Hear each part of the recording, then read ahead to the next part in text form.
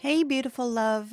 ADHD meds are a game changer. They help you focus, remember appointments, maybe even finally open that laundry basket of doom that's been glaring at you from across the room. But here's what no one tells you. Sometimes the very meds that make your brain work the way the world wants it to make your body feel like it's gone offline. Desire drops, arousal lags, orgasm feels miles away. And suddenly you're lying there thinking, is it me? Is it the meds? Is my sex life broken? Spoiler alert, you are not broken. You're medicated, and today we're diving deep into how ADHD meds can impact your sex life, from libido to pleasure to presence, and what you can do about it without shame, blame, or panic Googling at. We're talking neurochemistry, we're talking practical strategies, and we're absolutely talking about why the medical establishment has been criminally silent about this connection. Let's get into it. Before we dive in, I need to be crystal clear about something. I'm a clinical sex therapist, not a prescribing physician or a psychiatrist. Everything we're discussing today is educational information to help you understand the intersection of ADHD medication and sexuality, but I cannot and will not give you specific medical advice about your medications. Any decisions about starting, stopping, adjusting, or changing ADHD medications need to happen in consultation with your prescribing healthcare provider.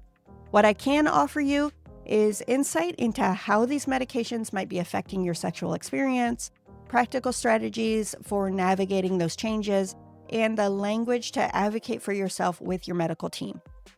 Think of this episode as giving you the knowledge and tools to have more informed conversations with the professionals who can actually adjust your prescriptions, because you deserve healthcare providers who take your sexual well-being as seriously as your focus and attention. All right, with that clarity, let's really get into it. So first things first, let's talk about ADHD itself and why it's intimately connected to sexuality in ways that would make your neurotypical friend's head spin. ADHD brains are wired for stimulation, novelty, and that sweet, sweet dopamine. That wiring, it doesn't clock out when you're naked. It plays a huge role in how you experience sex, how you respond to touch, how you initiate or don't, and how long your interest sticks around before your brain wanders off to plan dinner, solve climate change, or spiral about a text from 3 days ago. But here's where it gets really interesting from a neuroscience perspective. ADHD affects 3 key brain regions that are absolutely crucial for sexual function: the prefrontal cortex, the anterior cingulate cortex, and the limbic system. The prefrontal cortex, that's your executive function headquarters, manages attention, working memory, and impulse control. When it's underactive in ADHD brains, you might find yourself struggling to stay present during intimacy or getting distracted mid-kiss by the fact that you forgot to respond to your mom's text.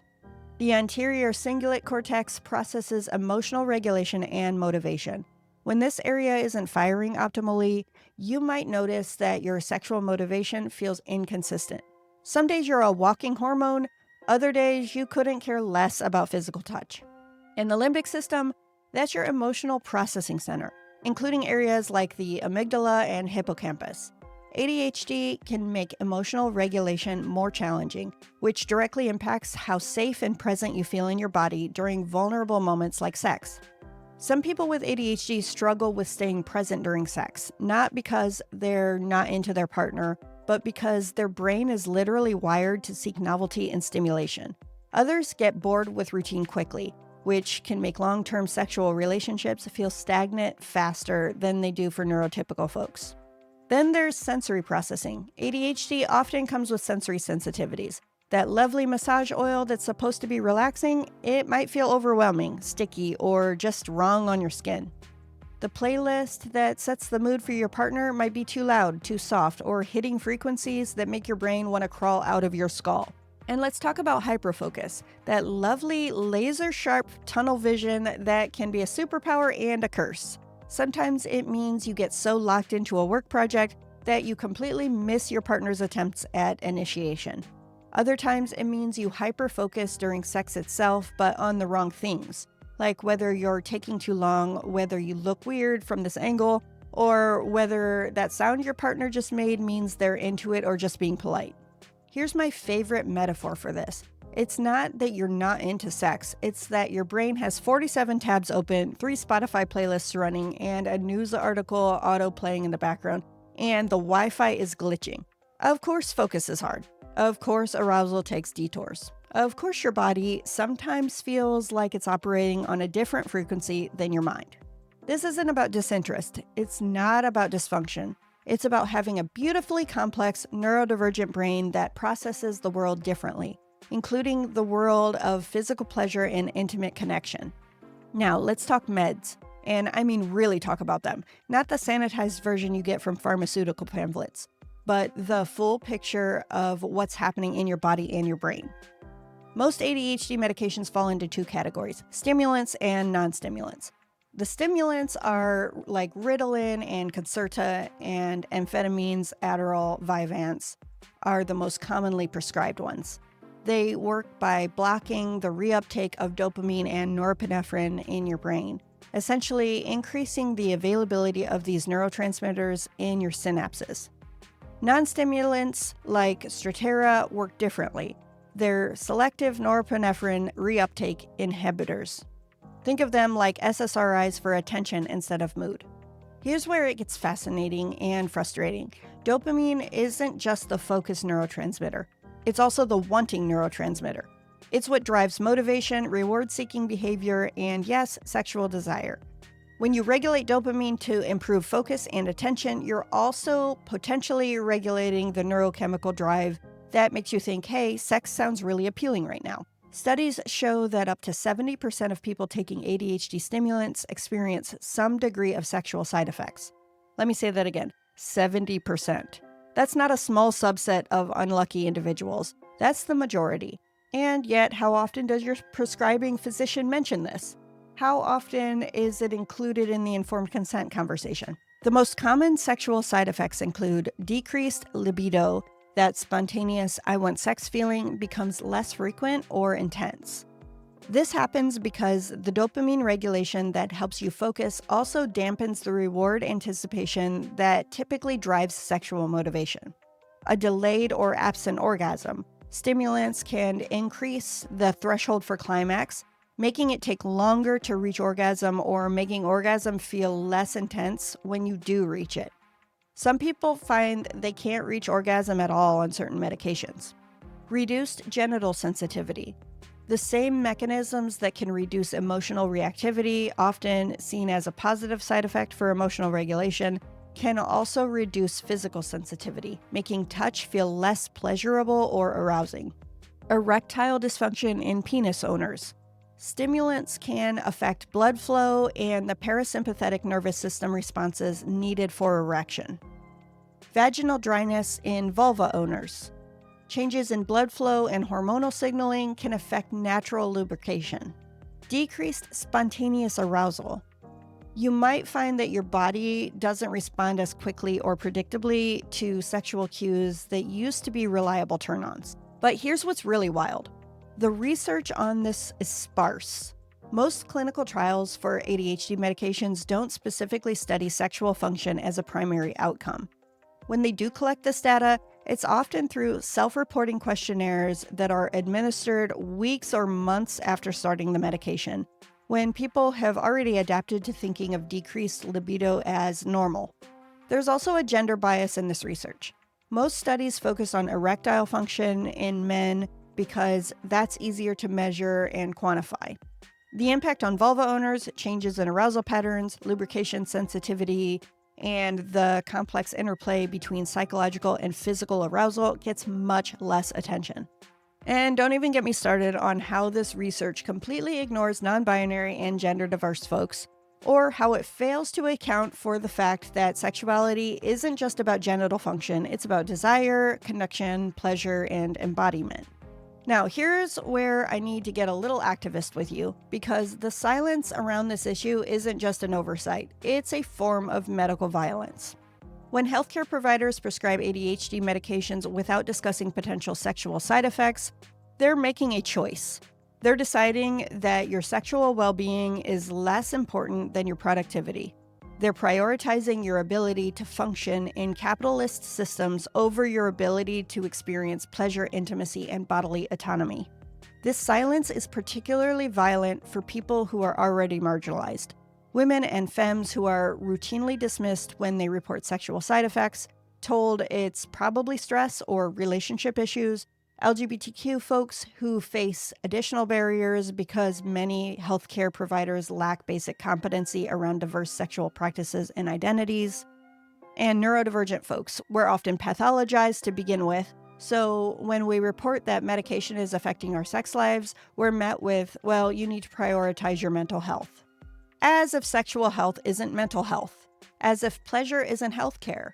As if the ability to feel desire and experience arousal isn't fundamental to well-being.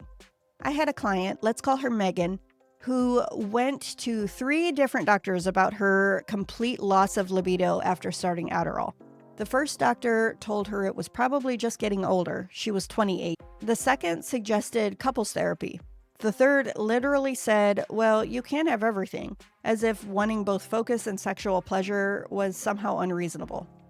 Megan finally found relief when she connected with a psychiatrist who specialized in neurodivergent adults and was willing to work with her on timing, dosage, and alternative medications. But she had to advocate for herself for 2 years. 2 years of feeling broken, of relationship strain, of wondering if she'd have to choose between mental health and sexual health forever. This is happening everywhere. People are suffering in silence because the medical establishment has decided that sexual side effects are an acceptable trade-off for productivity, without ever asking patients if they agree with that trade-off. And here's the kicker. This affects relationship dynamics in ways that compound the problem. Partners who don't understand what's happening might internalize the change in sexual frequency or enthusiasm as personal rejection. They might feel less attractive, less desired, less connected. Meanwhile, the person on medication is dealing with their own confusion and often shame about the changes in their body and desire. The solution isn't to stop taking medication. For many people, ADHD medication is life-changing in crucial ways. The solution is informed consent, ongoing dialogue, and healthcare providers who understand that sexual health is health, period. Here's something we need to talk about that gets virtually zero attention in mainstream discussions: how ADHD medication can interact with sexual identity, particularly for folks who are discovering or exploring their sexuality. Many people don't get diagnosed with ADHD until adulthood, sometimes not until their 30s, 40s, or beyond. They might start medication at the same time they're exploring their sexual identity, coming out, or navigating major relationship transitions. Teasing apart what changes are due to medication, what changes are due to personal growth, and what changes are just part of life can be incredibly complex. I've worked with clients who started ADHD medications around the same time they came out as queer, and they struggled to understand whether their changing attraction patterns were about sexual identity or neurochemical changes. Others have wondered if their decreased interest in sex was medication-related or connected to trauma work that they were doing in therapy. For folks with vulvas, there's an additional layer. ADHD medication can interact with hormonal birth control, hormone therapy, and natural hormonal fluctuations in ways that affect both mood and sexual function. Estrogen levels influence dopamine sensitivity, which means that where you are in your menstrual cycle, what type of birth control you're using, and whether you're on gender-affirming hormone therapy can all influence how you experience both ADHD symptoms and medication side effects. And let's be real, if you're someone who's already spent years feeling different or wrong because of your ADHD, experiencing sexual side effects from medication can feel like yet another way your brain and body don't work normally. This can be particularly challenging for folks who are also navigating marginalized sexual or gender identities. The intersectionality here is real and complex. You might be dealing with ADHD stigma, sexual identity stigma, medical gaslighting, and internalized shame all at the same time. That's a lot for anyone to navigate, and it deserves acknowledgement and support. Okay, so what the hell do we actually do about all of this? Let's get into the practical, actionable strategies that can help you navigate sexuality while on ADHD medication. First, timing is everything. Many ADHD medications have predictable curves. They peak and then taper off. Some people find that sexual desire and function return as their medication wears off in the evening. Others prefer morning sex before taking their daily dose. Track your patterns for a few weeks. When do you feel most embodied, most responsive to touch, most interested in initiation? If you're on extended release medication, this might be trickier, but you still might notice that weekends or medication holidays under medical supervision feel different sexually. Sensory amplification and novelty. Remember how ADHD brains crave stimulation? Use that to your advantage. If medication has decreased your sensitivity, consider adding more sensory input rather than less. Textured toys, temperature play, different fabrics, music, scents. Layer these experiences to give your nervous system more to work with. Novelty is also crucial. If routine sex feels boring faster than it used to, lean into variety.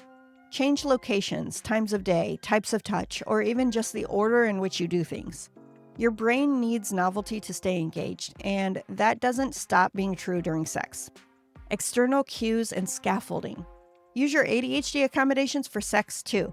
Set phone reminders for intimate time, create playlists that signal transition into sexual headspace, use visual clues like candles or special lighting, schedule intimacy, and I don't mean penciling in sex 8 p.m. Tuesday, I mean creating rituals and containers that help your brain shift gears from daily life to pleasure mode. Some people find that having a physical transition object helps. Changing into special underwear, using a particular lotion, or even just brushing your teeth can signal to your brain that it's time to switch contexts. Communication strategies. This is where your ADHD communication skills can actually be an asset. You're probably already used to explaining how your brain works to partners, friends, and coworkers. Extend that skill to sexual communication.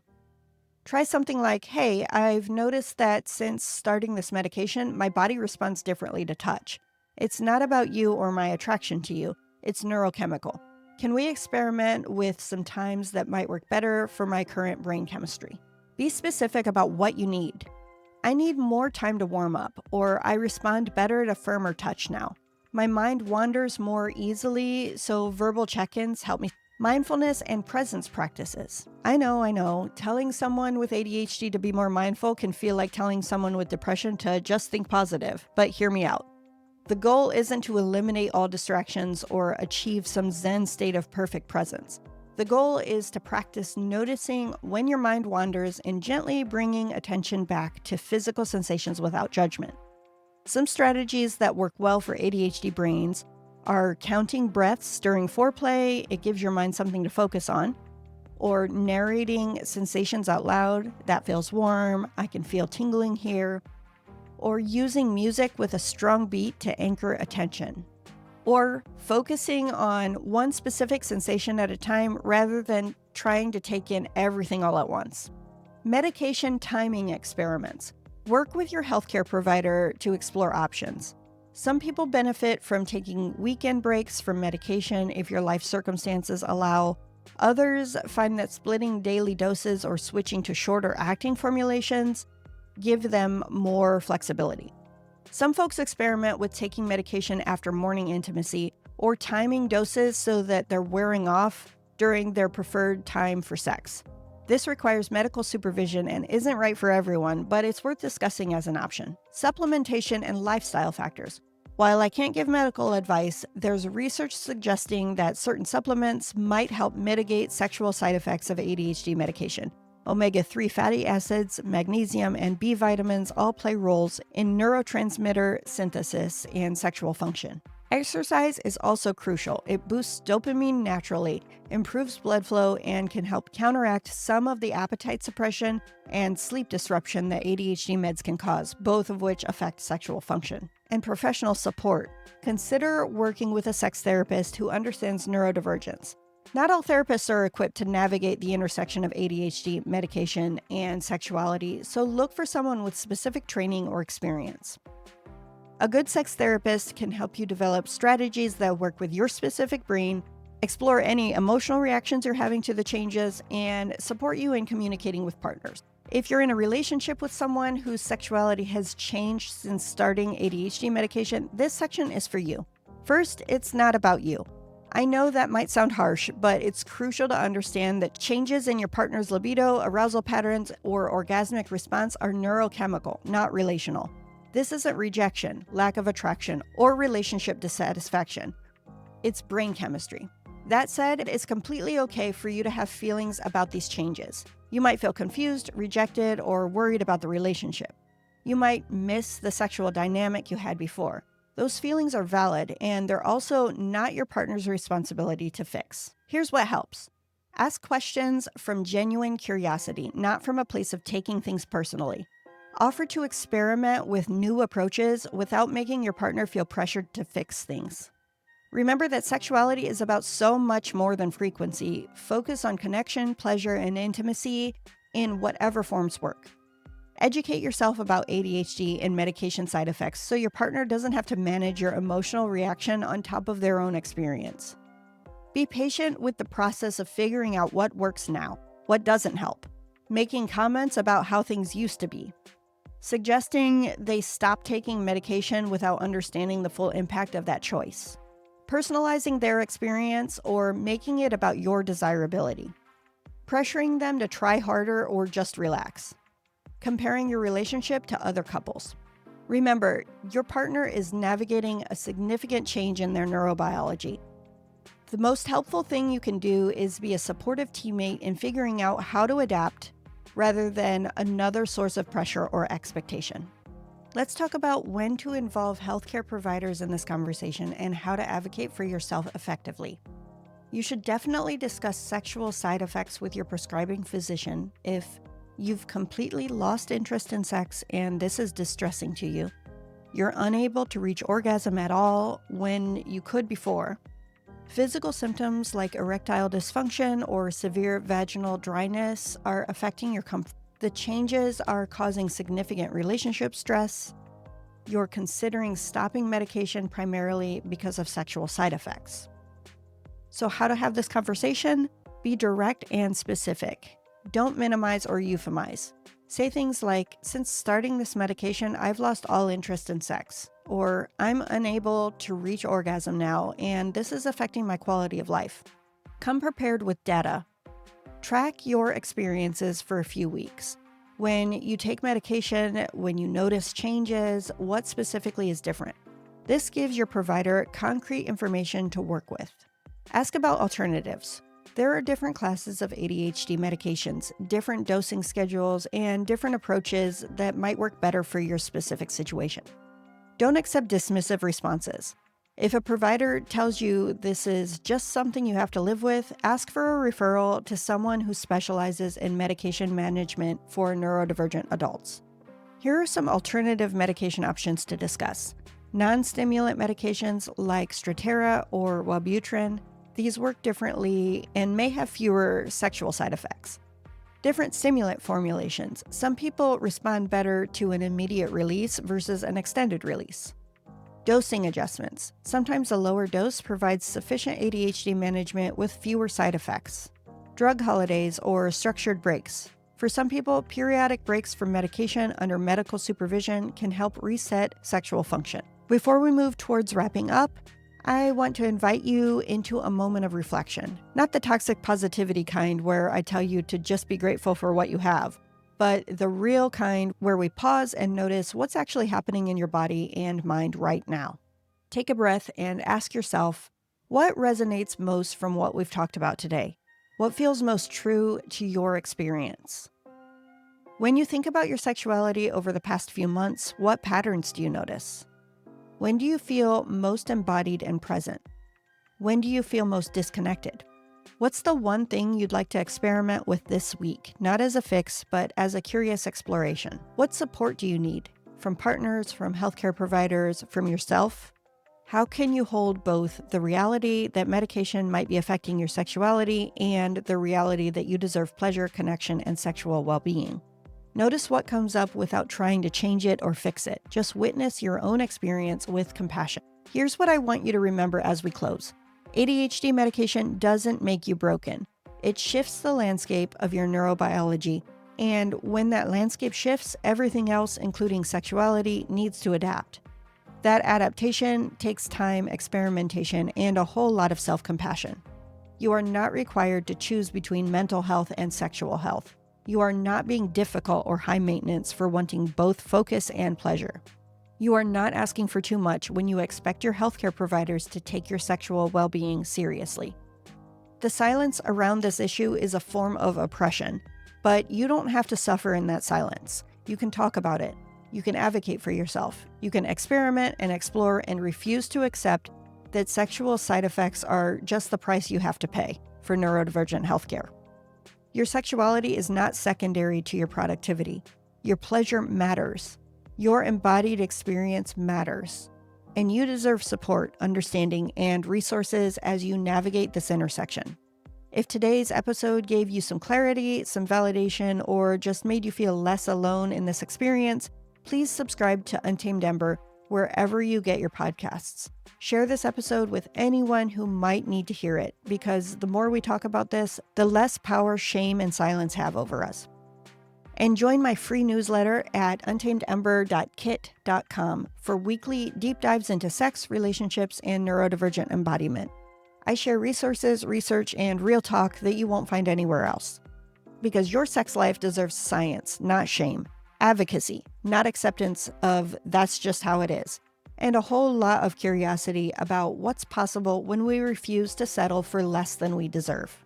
See you next time, love, and keep asking the hard questions, keep demanding better, and keep being beautifully, unapologetically you.